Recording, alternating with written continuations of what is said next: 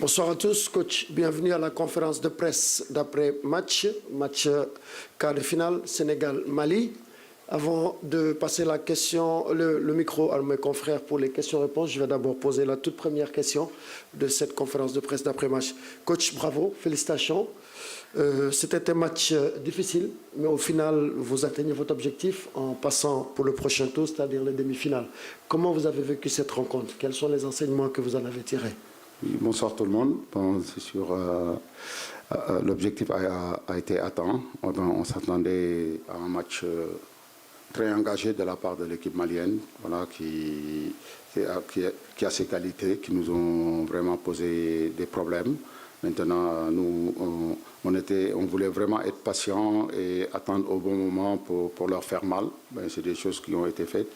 Voilà, maintenant, il faut féliciter à l'équipe du Mali, même à 11, à 10, ils nous ont posé d'énormes problèmes. Après, nous, on a su gérer et aussi, si on regarde vers la fin, si on était plus lucide, on pouvait aussi mettre à 2 ou 3-0. Mais maintenant, la chose la plus importante a été... c'était de se qualifier. On est passé au prochain tour pour les demi.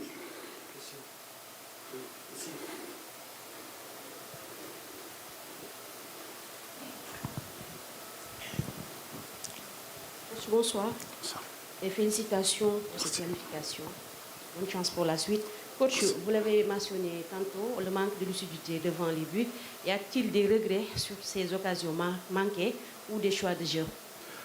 Oui, bonsoir. Je regrette, non, parce qu'on passe quand même. C'est sûr, c'est quelque chose à corriger le plus rapidement, parce que quand même, les occasions, plus le tournant va de l'avant, plus sont difficiles à se les créer. Donc je pense que, voilà, et ils sont conscients. Maintenant, il faut les laisser, il faut les féliciter. Ils voulaient vraiment être en demi. Maintenant, l'objectif reste encore d'aller jusqu'au bout.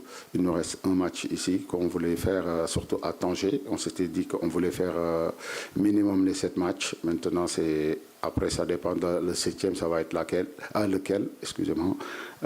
Maintenant, c'est continuer à travailler et espérons que la prochaine fois, on aura plus d'efficacité et plus de réussite pour marquer plus de buts. Okay. Oui, bonsoir coach, cher Ndiaye. Alors, on l'avait noté, que Jackson, en fait, était, à mon avis, le premier choix de l'entraîneur que vous êtes en tant qu'attaquant de pointe. Alors là, lors du dernier match, on l'a vu sortir et avoir un petit peu un comportement peut-être qui n'était pas le mieux. Pour ce match-ci, on ne l'a pas vu.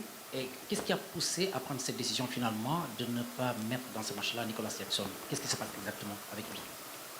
Oui, bonsoir. Je pense pas que... Je pense la question, bon, si je vois bien, c'est une question, vous pensez, c'est pas du tout une punition. C'est juste que c'était un choix du coach. Donc voilà, après, il n'y a pas un joueur qui aime sortir, surtout un attaquant sans marquer de but. Il était déçu. Ben, je le comprends, j'étais attaquant, donc parfois ça peut nous arriver. Mais il est là, il est dans un bon état d'esprit. Jackson, on le connaît, on sait que voilà, c'est quelqu'un qui peut nous servir dans l'avenir. Il est là et je pense qu'il pourra nous faire gagner peut-être les matchs qui arrivent.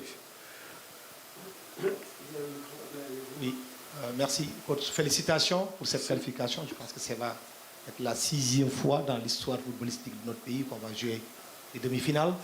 Vous l'avez composté de fort belle manière. Mais est-ce qu'il n'y a pas un petit regret, même si dans vos discours, vous n'arrêtez pas de dire que vous avez 28 titulaires, mais là, on en sort avec 5 cartons jaunes au niveau du milieu de terrain, vos 2 milieux de terrain et le défenseur central Khalidou Koulibaly. Vous n'avez pas un petit regret, un petit pincement de cœur par rapport à ça?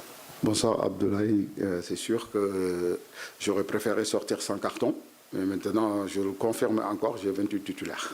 Donc, je ne veux pas qu'ils soient suspendus, je préfère avoir des problèmes de choix. Donc, voilà, espérons que ça va. Ils sont tellement intelligents, je pense qu'ils vont vraiment jouer en faisant attention. Mais quand ils doivent le prendre, ils le prendront s'ils sont sur le terrain. Maintenant, c'est le plus important pour moi, c'est le collectif. Et c'est des joueurs qui sont déterminés et concernés, qui attendent, voilà, dès qu'on les lance sur le terrain, ils donnent tout pour leur pays. Bon, là-bas. Oui, Pape Thiam, félicitations. Merci. Ok. Je ne sais pas trop, j'espère que votre maman, Baba Sissouma, Maliba TV1, Bamako, Mali. Voilà. J'espère bien que maman est en vie, votre maman. Non, non, malheureusement. Ah, dommage. Donc, en tout cas, vous avez remis le couteau dans la plaie aujourd'hui. La famille de votre maman est en pleurs aujourd'hui par votre faute. Donc, vous avez choisi le côté du papa. Alors, je vais être beaucoup plus sérieux. Il y a 2 ans, le Sénégal, champion d'Afrique, tombe en 8e de finale à Yamoussoukro, votre fief, devant la Côte d'Ivoire. Aujourd'hui, en 2025, vous avez toutes les chances de rencontrer la Côte d'Ivoire en demi-finale. Est-ce un souhait pour vous de prendre une revanche sur la Côte d'Ivoire parce que, vous l'avez dit, votre objectif, c'est d'aller jusqu'au bout?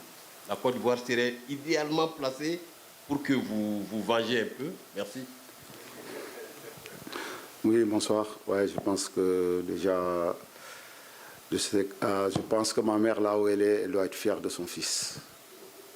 Elle doit être très fière de son fils